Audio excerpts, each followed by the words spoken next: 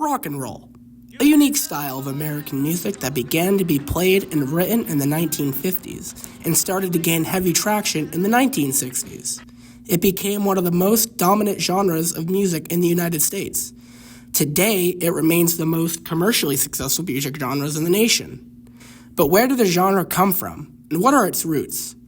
Well, to know rock and roll's roots, you would need to go back to the decade of the 1920s, a decade filled with progressive art and ideas. Also during the decade, the peak of the Harlem Renaissance was in full swing.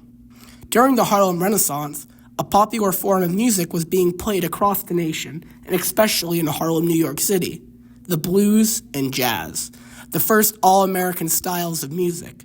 These styles of music were unique, with liberating sound and meaning behind a lot of it, with melancholic sounds and somber tones. This style of music was a staple for black culture at the time, being enjoyed by both white and black audiences. But as with anything, sound will evolve and change. The Harlem Renaissance came to an end in the 1930s. The music still remained and continued to change with the times.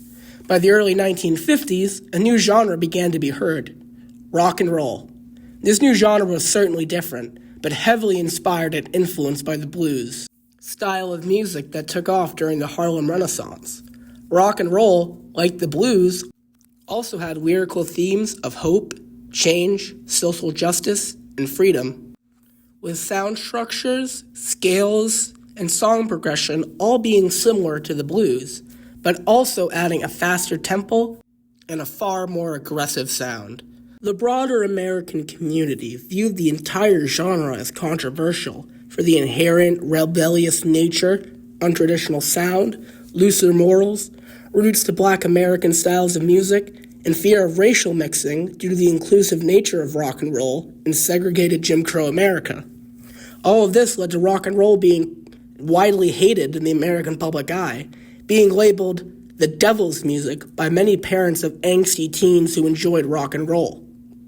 These opinions, however, would not stop the traction rock and roll gained. By the mid-1950s, popular white rock stars like Elvis Presley and Jerry Lee Lewis brought rock and roll massive popularity.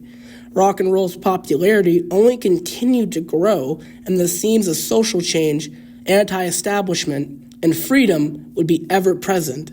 This would go into the civil rights movement, the themes of rock and roll being inherently anti-discriminatory, and the black origins of the genre allowed the genre to almost be a voice for change.